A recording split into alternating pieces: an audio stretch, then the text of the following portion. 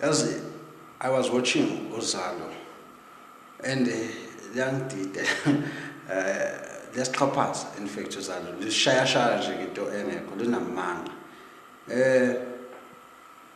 Uqapash, he's in jail, baboshwa. But uNkunzi uthi bekamvakashele ejail. Kwenzeka kanjani ukuthi i-out shaye ngesitini mina iphinde ibuye kimi izokhuluma nami. And uqapash noMangcobo badivorcile. Then uMangcobo uyakhala ukuthi uqapash ukuthi uNkunzi bamgwazile izinto ezikanjalo.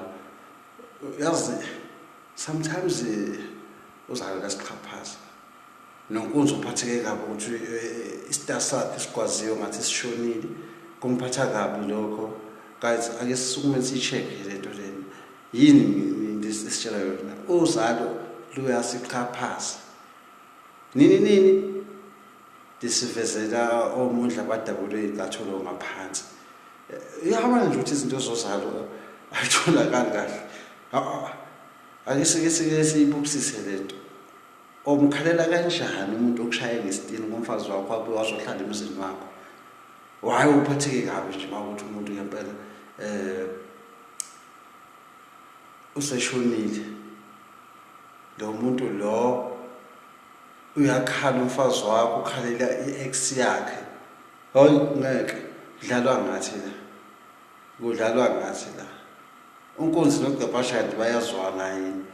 Kanjani ungazona kanjani abantu futhi abathathelana nomfazi abadla entweni esitsheni esiyi-1 phela isithi esiyi-1 disabadla kuso.